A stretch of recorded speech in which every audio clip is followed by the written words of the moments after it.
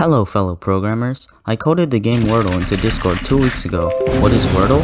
Wordle is a web-based guessing game developed by Josh Wardle. I'll demonstrate the rules by playing a game of Wordle. This is the message the bot will show if you lost. Let's begin a game with the play command. Now I have to guess a 5-letter word. As you can see, the O is yellow because the O exists in this word somewhere. If the word is not in the list, the Wordle bot will not count it against you. This is because I chose the 500 most used 5-letter words. I originally used a dictionary with thousands of 5-letter words, but most of them were random words that no one uses. These green squares mean that those letters exist in that spot. And wow, I won the game. You may be wondering why I made this when you can just play the Wordle online.